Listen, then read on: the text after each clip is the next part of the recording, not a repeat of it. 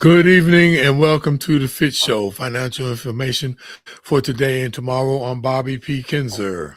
And I'm Thomas Doty. And we are the FiTT Show, helping our people get their finances in shape. How are you doing today, Mr. Thomas Doty? Doing okay. Market's been on a little roll, so I'm feeling good. That means you're going to have good news for a change. Well, maybe, but I got to get on that. We always tell folks you don't let what the stock market doing in one day affect you. But man, when it's going up like this, I usually feel pretty good, even though I'm still uncomfortable. Yeah, but it sure feels pretty good when you see good news versus bad news. Hey, better up than down, my brother. That's true. So let's get into a couple of administrative things. We constantly tell you these things. We are just providing information. We're not fiduciaries. We're not qualified and advisors, which we held under certain laws. We just provide information. Everybody's information is very unique and personal to them. And remember, there's no one size fits all. So we just had to give that disclaimer. And we'd like for you to click on the like button and the heart button as many times as possible, because that also helps us reach more people. That's how it works in the world of the Facebook. And please make sure you click on share, that you share us on Facebook, and you subscribe on YouTube. And then we also like for you to, we try to make this interactive. We're in a virtual studio, yes, but we can interact with you with the comment box. Please put any comments, opinions, questions, thoughts that you have. Put that in the comment box. And actually, the comment box works exponentially. So the more you put in the comment box, the more people the listeners reach out to. And we like to reach as many people as we can. We still at, though, it's really interesting, we're still at the 498 people mark. We haven't broke that 500 yet, but yet a lot of people come on after the show, and because a lot of people are busy these days, so they do go and watch our recording. And remember, the recording only stays live for 30 days now, and then they take it down. So beware of that. If you want to catch any previous shows, you have to do it within 30 days. And this is our 239th show, though. That's a lot of shows, man. You know, we've been rolling, trying to provide you with as much information as we can. And like I said, if you have some other topics you'd like for us to cover, please, we're more than willing to do that. And we're going to start in the future bringing on some guests, some experts, and in different areas of, financial information. So stay tuned for that. So with that, though, let's hope technologies are working in our favor today. We always have to cross our fingers. Let's give the stock market update for today, and it is working. That's a good thing. That's a good sign. And the market has been doing pretty well. Again, I'm still not comfortable with the way things are going. And you can see the S&P is up for the week, 1.8%, but the NASDAQ has been on a roll. It appears that investors are rolling back into the AI stocks, and the Magnificent Seven, as they're known, get more comfortable with the AI spending, mainly because the earnings have been very, very strong. Microsoft's up 13, and that's part of the reason. And Microsoft has taken such a drop that a lot of people are starting to see it as a bargain or as undervalued because of how much it's going down. Remember, it was up over 500, and they announced strong earnings, but the concern was that the AI spending, the revenue wasn't going to keep up with the amount of AI spending.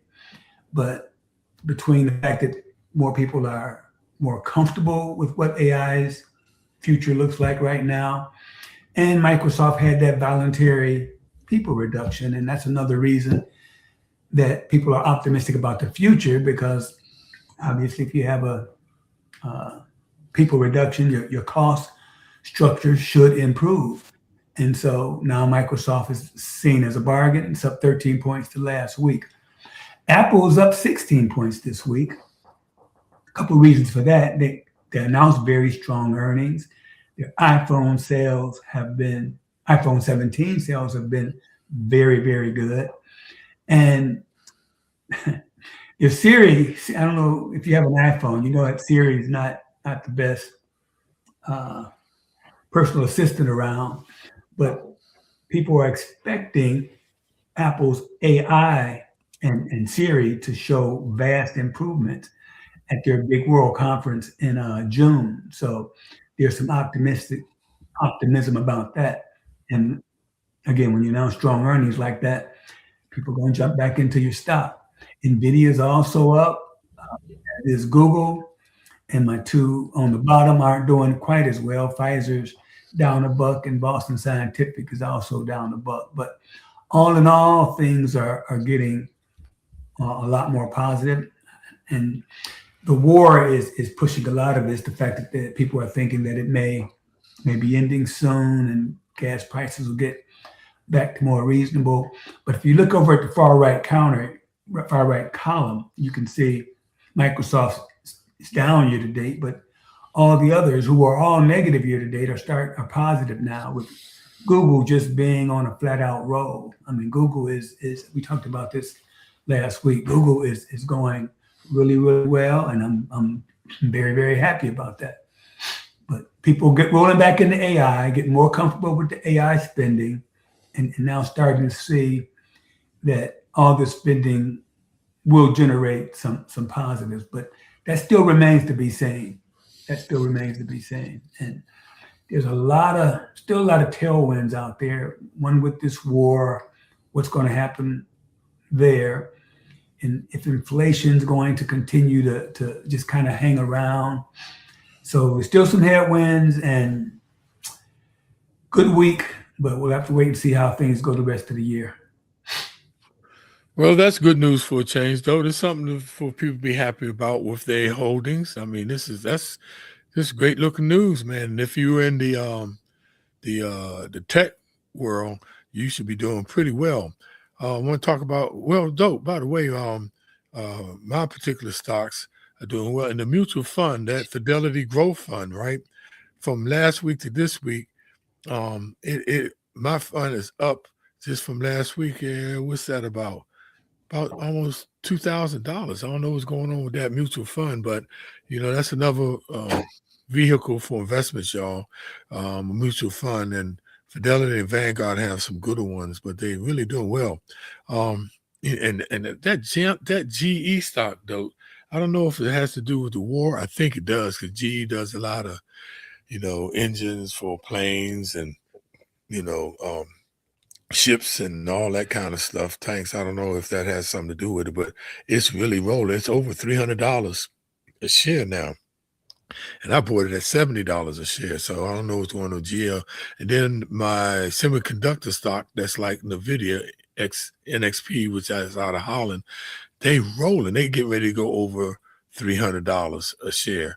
So it's a good place to be in the market. Like we said, you can't time the market, but it's time in the market. Talked about commodities. I always let y'all know about gold and silver. Actually, gold and both silver are down compared to last week. I mean, they're down today, but compared to last week, they're up. Last week, gold was around $4,600. Gold this week is up to $4,700. Silver last week was like $74 an ounce. This week it's $80. That's up $6. It may not sound like much. That's a good movement. So something's going on in the commodity area too. Let's talk about the cryptocurrency. Cryptocurrency is up too, though. Bitcoin is up $3,402 compared to last week. Per Bitcoin, up $3,400. That's 4%. Now the whole market is up by 4%. It went from 2.6 trillion, 2,625 billion to 2,736 billion. It's up, and all the other cryptocurrencies are up too. The stable coins, though, are just holding steady for some reason. Both Tether and USDC, which is in the 6th place. They both are holding at 99 cents.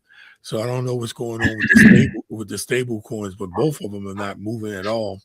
Then you got the smart contract, which is Ethereum, in the 2nd position, and that's up 1%, up $28, up to $2,282. A cryptocurrency coin. So, like we say, very speculative, but it's also another vehicle to another tool to put in your investment portfolio if you have the money and willing to lose the money or don't need that money anytime soon. Don't be messing around with cryptocurrency. So that's an update, though, on the cryptocurrency. And I take it you're doing pretty well with the cryptocurrency. Yeah, I'm still happy with it. It's still going up, and I just believe in cryptocurrency because I don't think it makes sense to have somebody in the middle of every transaction, and somebody in the middle who usually takes a cut on every transaction. Mm-hmm.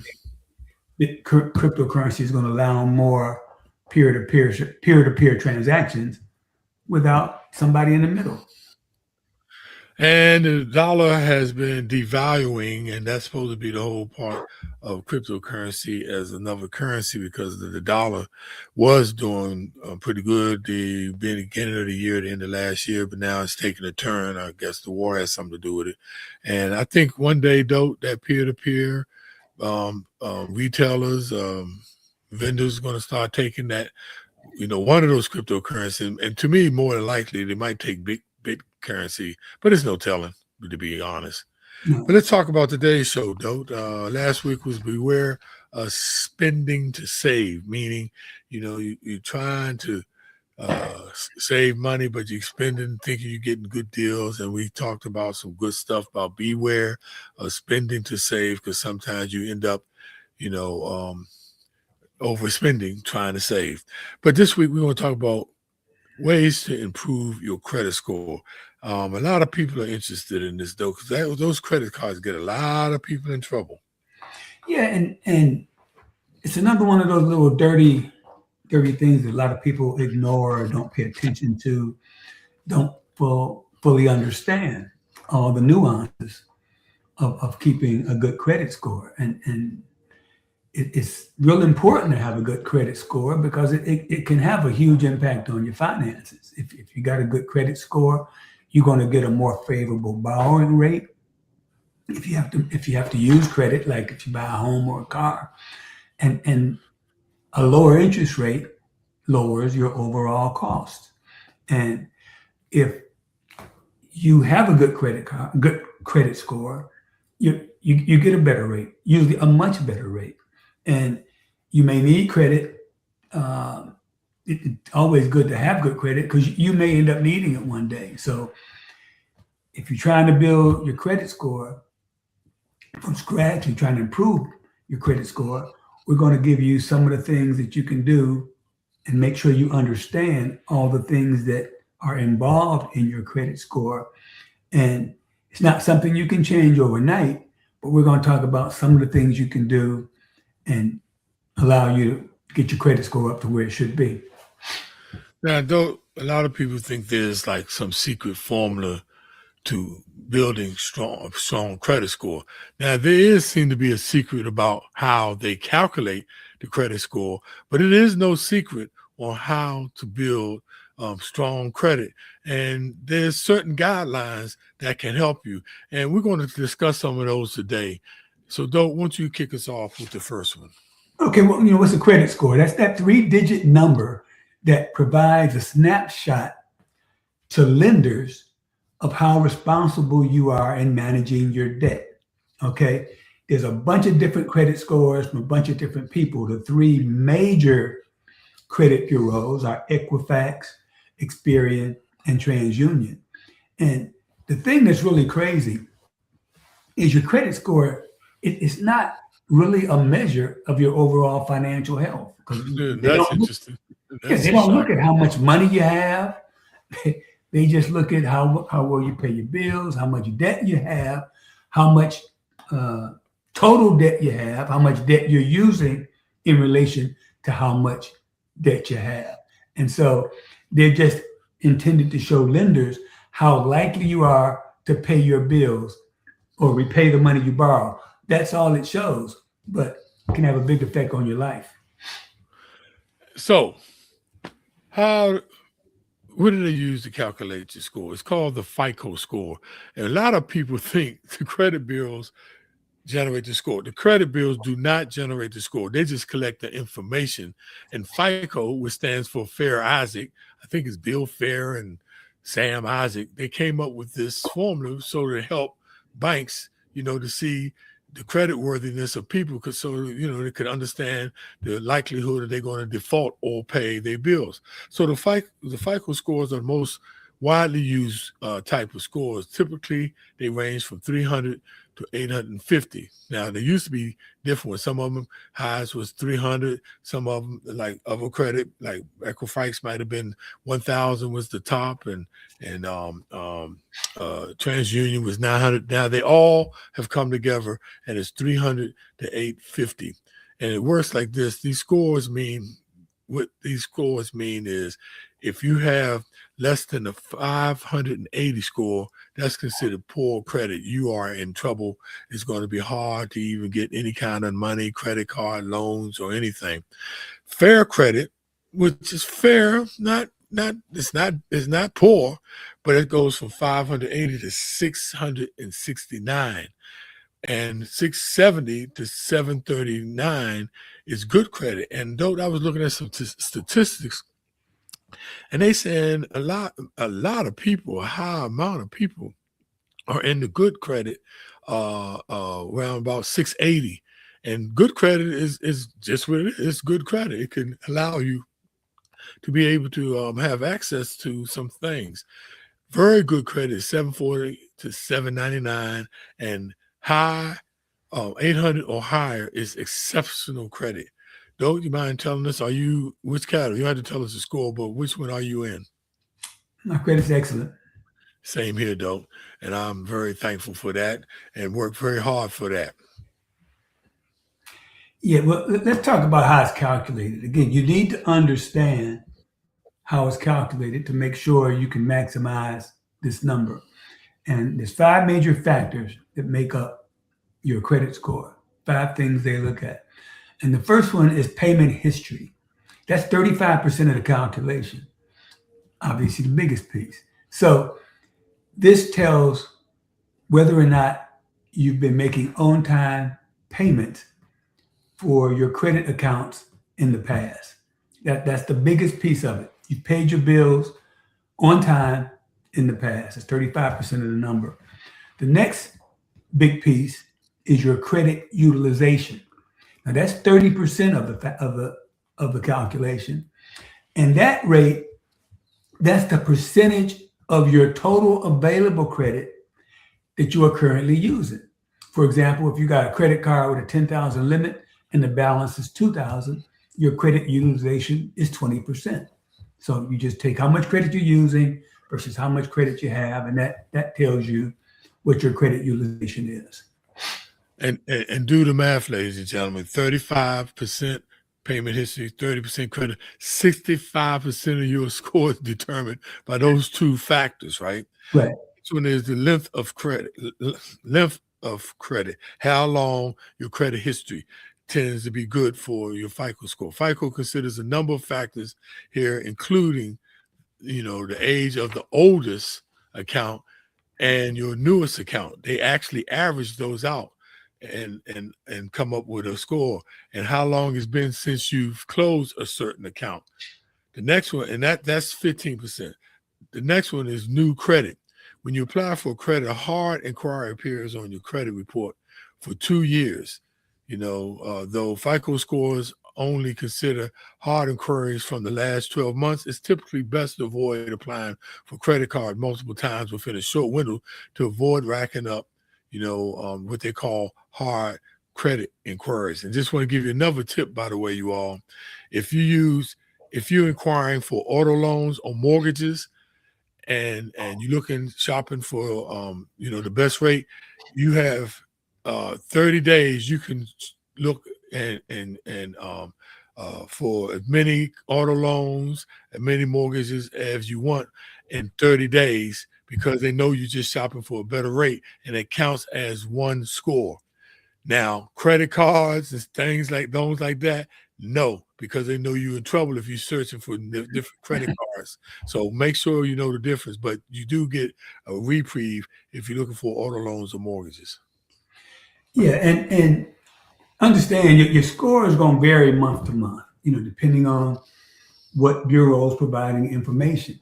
And it's normal for them to fluctuate, so you don't get worried about it. You want to make sure you look into any big changes that you have, because that could obviously be an issue. It could be a sign that something's wrong in your credit. And so you always want to stay on top of that and make sure that you know why your credit score changes, that you understand what these factors are.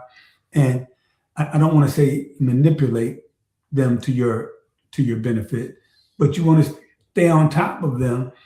It's like people think, oh, if I close this credit card, if I cancel this credit card, that'll help my credit score. No, it won't, because that reduces the amount of available credit you have, which causes your credit utilization rate to go up. For example, you got 2 credit cards that each have a $10,000 credit limit, and you say, well, I'm not, and you have $2,000 of credit debt.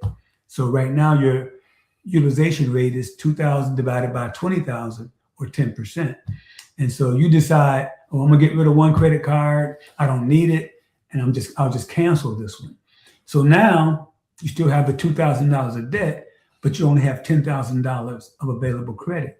So now your credit utilization rate is double. It jumps to 20%. So you have to think about those things when you decide to cancel a credit card. You can lock it so it can't be used or anything, but just think twice before you cancel a credit card. And remember, we're talking about ways to improve your credit. So these are the kinds of things that can help you. Now look at errors on your credit reports, right? You got to look at errors on your credit report. Your credit reports won't show you your credit score, because you have to pay for that if you want to get a credit score from the 3 major credit bureaus.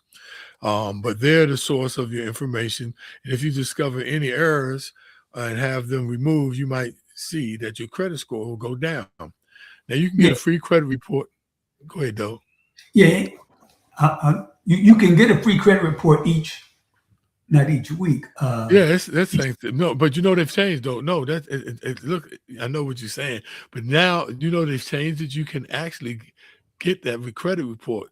You can request it now, and it's not going to hit you. I looked at it too, though. I looked at that because it's supposed to be one for each credit bureau a year, but they've changed it. Isn't that interesting? Exactly. Okay, I believe you, but I haven't seen that. Yeah. But yeah. I know that's what it says, but yeah, check that out though. They're allowing you to do that. Some of the credit bureaus, of the 3 major credit bureaus, but the annualcreditreport.com is what you want to do to go get your credit report. And in the past, has been one from each credit bureau a year. And remember, there's no credit score on those, but there are risk factors, like what Doe said about the payment history. That's on there. That's a risk factor. You're 30, 60, 90 days late. That's payment history. That's going to hit your credit score. If your utilization rate goes over 30%, guess what? That's part of that calculation, right? Your score those things are on there. It may not give you an exact score, but at least know if you are hitting those thresholds, your score is going to get hit and it's going to go down. If you plan to finance a major purchase soon, you should actually, now there's some rule of thoughts. Me and Dote always say, especially if you got one credit report free from each credit bureau, to wait 4 months to get one. So that means you can look at every 4 months and check your credit. But sometimes they say at least check at least once a month. Some people are not going to be checking that as regularly, but at least, not once a month, at least once a year, check your credit and you should do it like 3 times because you have the ability to do that. Because there's also you should also check your credit reports whenever you're notified of like these data breaches, like mass company data breaches. You should also look at your credit because if you think your personal information was compromised, and you can look on your credit report and see something if it appears. Now, for example, if things to look out for when you check for your credit report, errors, in your errors in your identification information is important, as your name, your phone number, address. Make sure they got the right information for you because they could be pulling it from the wrong, individuals. Accounts you don't recognize or incorrectly list you as an owner. Payments listed as late that you made on time, incorrect balances or credit limits on your credit report, the same account listed multiple times, which sometimes happens with name changes or when an account goes into collections. Now, if you see these errors, you need to contact the credit bureau that is reporting that. And once you do, they have 30 days from when you make a call to research that and get back to you to let you know if it is accurate or inaccurate. And if it's inaccurate, obviously they'll drop it off your report, But if they don't get back to you in 30 days by law, if they haven't been able to get to the bottom of it, by law, they have to drop it off your account. But the key to trigger is that you contact them and start the clock to tick, excuse me. And then I forgot, there's other things, like hard inquiries for new accounts that you didn't apply for if they show up. And this one is very important. Should you discover mistakes on your credit report, dispute them as soon as possible, like I said, with the credit bureau that provided the report. And that way you can cover yourself. Yeah, and you can't overemphasize how important it is to check your credit report. And I'd actually recommend you have some sort of app that you use that tracks your credit information. And because there have been so many breaches, most people have gotten a letter saying that their information was breached. And in response to that, most companies offer a free credit monitoring service. Right.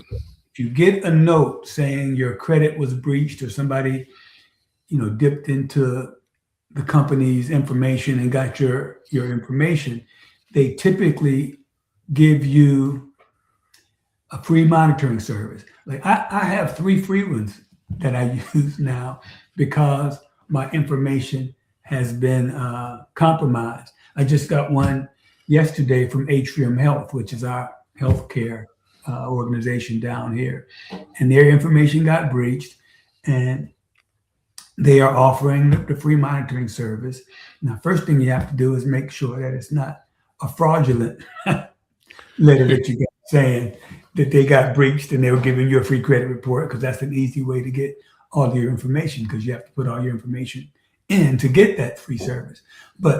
And if you don't have the free service, you might even want to consider paying for that, because what it provides is, if somebody makes an inquiry into your credit history, and we always tell you your credit file should be locked anyway. So hopefully all your credit files are locked, because unless you're applying for credit, it doesn't need to be open. There's no reason for it to be open. So make sure you stay on top of your credit report. And if you do have any errors, make sure you get them fixed quickly. And this is one of these, Bob always calls it Captain Obvious, but pay your bills on time. Making on-time payment is the best thing you can do to build a good credit score. As payment history, that's the top factor. We talked about that. Okay. And just one late payment that's 30 days or more past the due date, you get late fees. They charge you late fees, and they can be pretty hefty. That can cause your credit score to nosedive, because that means everybody gets nervous when you miss paying a bill. So past due or missed payments usually stay on your credit reports for 7 years, and the impact of that can fade over time. Okay, so try to pay your bills on time. And this might be a good time to talk about this. You have to understand your closing date versus your due date. Okay, that's something you got to make sure you understand, because the closing date is when they pretty much close the book on that month's activity. So in a perfect world, the closing date would be the last day of the month, right? That would be all your activity for April. The closing date would be the 30th. But for most people, the closing date is sometime during the month. And that's just the date that they say, okay, we're cutting it off. Everything you owe up to this point is going to be expected to be paid on the due date if you're looking to avoid any interest payment. Okay. But understand, that's the date, that's the information, that's the amount of money that you owe at that point that's reported to the credit bureau. So that might be on the 14th and your payment due date might be on the 20th. So if you're thinking, okay, I can use the credit card and I can just pay my bills off on time on the due date, my credit score should be great. But it doesn't work that way, because what they provide to the credit bureau is the amount of money you owe on the closing date. For example, let's say you spend up $3,000 this month and your closing date is the 14th and your due date is the 20th. So you owe $2,000 on the 14th. That $2,000 is what's reported to the credit bureau. You pay your bill on the due date on the 20th and you think, I should be good. No, because the $2,000 is what's reported to the credit bureau. So if you're concerned about your credit score, you want to make sure you pay a good portion of what you owe before the closing date. So what's reported to the credit bureau will be minimized. Okay. And so another thing that you might not know is that you only bill payment history for accounts that report to the credit bureaus. Every company doesn't report.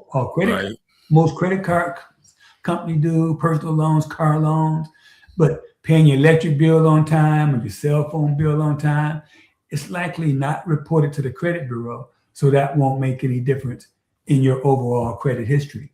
But if you become late on one of those and it goes collection, that's going to hit your credit score hard. Wow. It's a lot of information, man.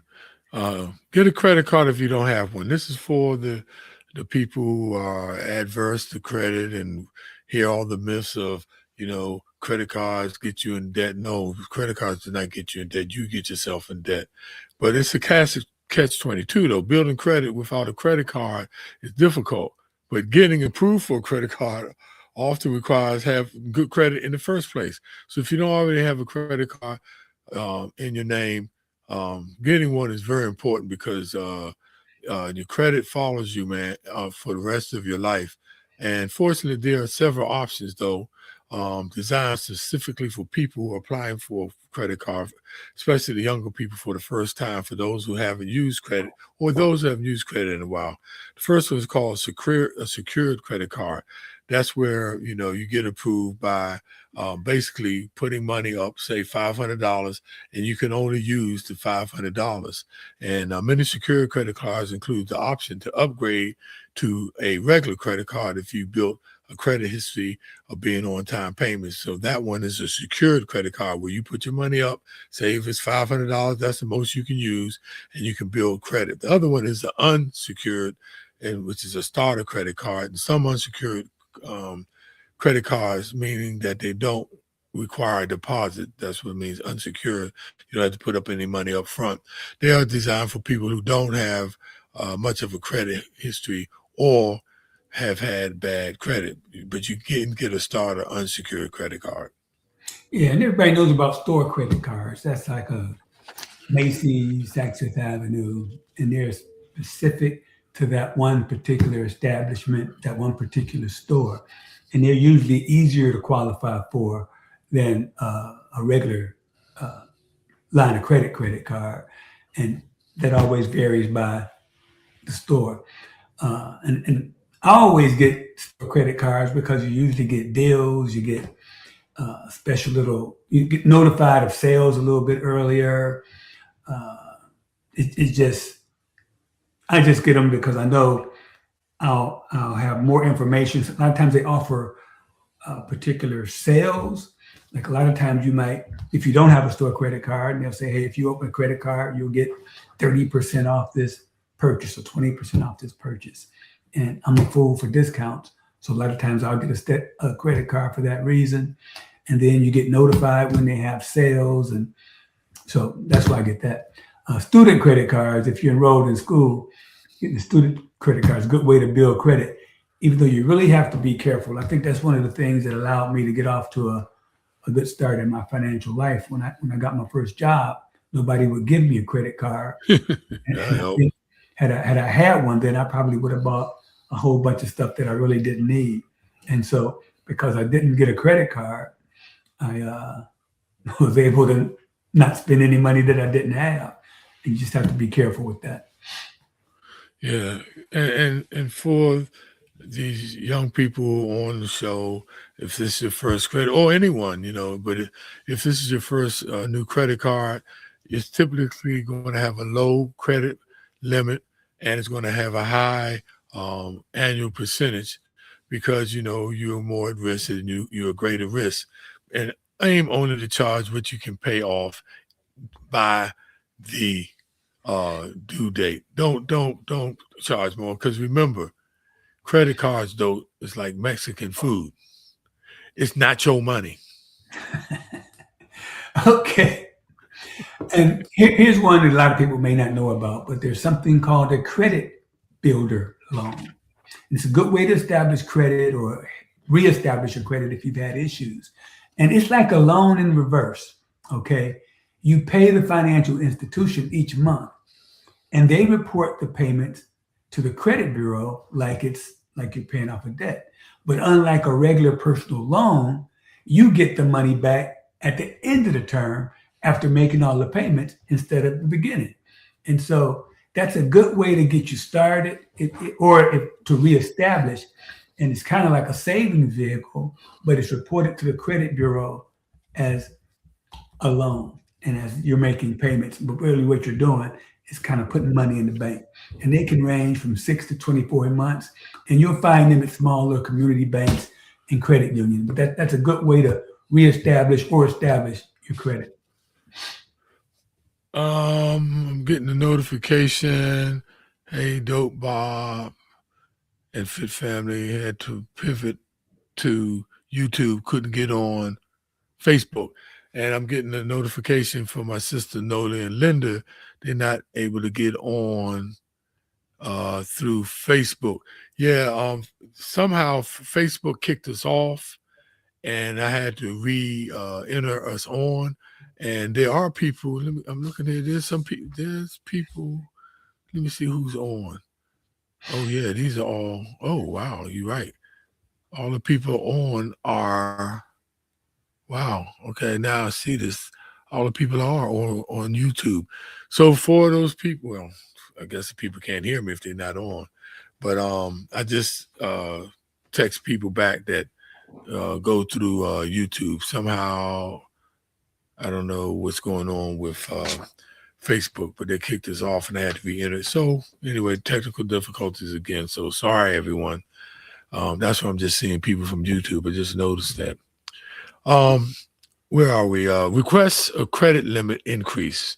Once you've proven your credit worthiness, or if you already have, good credit and a solid payment history, you can call up the credit card people and ask to get your limit increase. And that obviously, will automatically decrease your credit card utilization rate. I mean, by having more credit available, right? So that's a good thing. And as long as you don't increase your balance, it won't decrease. I mean, what you're paying on there, it will not increase your utilization rate. So that's a good thing. You typically want to wait at least 6 months after opening the card before making this request. But you can request to get a increase in your credit limit, and that will help your utilization rate. Okay. Another thing you can do is get your rent payments in front of the credit bureau. Any mortgage company is going to report it, but a lot of rental or landlords don't report rent payments to the credit bureaus. But there's things you can sign up for to get your rent reported to the credit bureau, especially if you're making your payments on time. And so you might have to ask your landlord to help you enroll, and sometimes they charge a small service fee that you have to pay, but the cost may be worth it because it'll show, again, more history that you pay your bills on time. And how it's handled, it can vary depending on the scoring model. FICO's newest scoring model incorporates rental payment when they report it, but the older models don't. So if you need help getting your credit score up, this might be a way that can help you get it up. I'm trying to see at the same time, though, to trying to help people get on. So sorry, a little bit distracted because the Facebook people trying to get on. I don't think I can correct that until we get off. Next one is avoid closing old credit cards, and this is a very important one because remember, your credit history is 15% of your score, and to avoid closing old credit cards unless you have a compelling reason. For example, if the car has a high annual fee, then yeah, you might want to close it out. But even if you have other credit cards with better rewards programs, use your older cards for the occasional purpose or small recurring bills, because that applies to your credit history and your utilization rate. If you close that card out, it can lower your utilization. It can increase, your utilization rate because you lower the available credit that you have. So don't close those old cards. And if you worried about using them, put them in a drawer or something. But you got to use them like every 6 months or so, because they'll start hitting your score too. Because it's weird if lack of your credit can also affect you adversely too. Yeah, another thing, you got to pay off your debt strategically. So not all debt payoff benefits your credit score equally. Paying off your credit card usually helps your score more than paying off loans. And that's because when you pay off a credit card, you lower your credit utilization, which is the second most important credit score factor. And since credit cards typically charge higher interest rates than loans, you can also save money on interest. But if you have any high interest loans, consider paying those off before you tackle credit cards. Payday loans, they charge APRs of 400%, which can leave you trapped in debt forever. Your credit score is unlikely to benefit from getting rid of a payday loan, as most lenders don't report to the credit bureaus anyway. But your personal finances will be much better if you pay off your higher interest rate loans first. Yeah, that's very important to know that. Next, you need to see if a debt consolidation loan will save you money. Now, a debt consolidation loan is a personal loan that you use to lump several higher interest debts together to get a lower interest loan with a single monthly payment. For example, if you got several credit cards with interest rates of 16%, 18%, let's say 21%, but you qualify for a personal consolidation loan, which is 10%, this can really, really, really help you consolidate, and it lowers your utilization rate and can actually help your score, increase your score, because you are able to pay it off that debt. And there's a national credit counseling organization that can help you with those, called the National Foundation for Credit Counseling. They're a nonprofit and it's free, and you can get some information about how to consolidate your debt. But make sure you consider the interest savings from debt consolidations for the long term, because some debt consolidation loans lower your monthly payments, but they cause more interest over time because they stretched it out, and it could be costing you more. So be careful of the longer it is, the longer the repayment terms are, the more that interest can build up in getting a consolidation loan. So that's it. Yeah, okay, that's definitely it, though. I see Gloria, my sister Gloria is on, and And who else? Who else was able? Oh, okay. Now Carl Chapman was able to be on. Yes, yeah. Though we limited today, it must a lot of people didn't get in because this is everybody from YouTube. So I don't know what's going on with StreamYard today, but thank you for the people who are able to be on. We really appreciate y'all being here. With that, dope, let's go to the takeaways for today. Okay, and the first one is that's on you, buddy. That would be me. Exactly. Let me get it up here. And the first one is understand what affects your score. Remember those factors we talked about: payment history, utilization rate, credit history, credit mix, all those things, new credit, all those sources. Make sure you know and you're aware of all the things, errors that I talked about. Make sure you understand that things can affect your credit score, because that could be the difference between a high credit score and being in the real good or exceptional, as opposed to being in the poor credit. You definitely got to review. You definitely got to review your credit reports. That's keeping track of what's going on with you. You got to know what's going on in case a scammer's gotten a hold of your information. So make sure you're reviewing your credit scores. Credit report. All right. Right, credit report.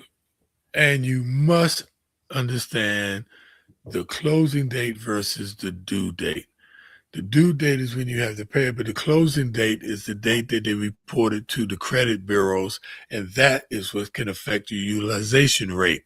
There's a difference, and every one of them, each credit card has different due dates too. Some of them are the 31st, some of them are the 30th, and some of them are even the 28th. So if you think you got time because you think the closing date is the 30th, you better make sure you read the truth in lender disclosure statement, because it could be 28 days when they report the closing date. Another term for the closing date is the statement date. So be aware, understand it. Yeah, and you got to understand your credit score is essential to your wealth plan. Okay, this is one of those little menial tasks that you have to do, but it's all part of building wealth. It's knowing your credit score, maximizing your credit score, using credit effectively, making sure you're getting the lowest borrowing rate that you can. I mean, 0.5% difference on a mortgage can be a considerable amount of money over a long period of time. And the better your credit score, the lower rate you're going to get. A lot of insurance companies now check your credit score and base your rate on your credit score. I think it's illegal in some states, but some states allow it. Some companies look at your credit reports for employment, okay? Especially if you're in a financial role. And that kind of makes sense. If you can't handle your own credit, why should I trust you to handle my finances, right? If I'm a corporation. So it's one of those things that takes time to do, takes effort to do, but it's all part of building wealth. And it's very important that you pay attention to that, y'all, because credit can be an albatross around. Use it responsibly. But one thing for sure, if you got good credit, the world of finances open up to you and you have access to a lot more things. So make sure you use it wisely. With that, dope, another great show. Thank everybody for being on. We're sorry for the people who couldn't get on Facebook, because everybody on here now. My sister Linda got in on YouTube. Thank God for that. And my sister Gloria and Rodney Madison, he said I had to revert to YouTube. Glad you did that. But I'm going to go and see what's happening. And hopefully next week sorry, Doe, I forgot to tell you, we won't be reporting next week. I'm gonna be in Grenada, and there's some things planned by my family in Grenada for my birthday. Cool. Yeah, so we won't be able to broadcast next week. I'm gonna be in Grenada and won't have access. So we'll see you next Wednesday, right? Huh? Your birthday is next Wednesday, right? No, my birthday is Tuesday. You sure? The 12th. I hope so. It's the 12th, though. Okay. Thanks. Now it's the 12th. So dope. My quote that's going to have to last for the next 2 weeks. Remember, week after next, we'll be back. Never argue with a fool, because someone who is passing won't be able to tell which one's the fool. With that, ladies and gentlemen, have a wonderful 2 weeks. We'll be back at you, and I will have the Facebook situation resolved. So hope to see you then. Happy Mother's Day to all the mothers, because I'm sure if Kitty Cheney was on, she would give us our update on our affairs, current affairs. She would have said it's Mother's Day. So I did it for Kitty. Happy Mother's Day to all the mothers. Have a good one. Peace be with you. Peace.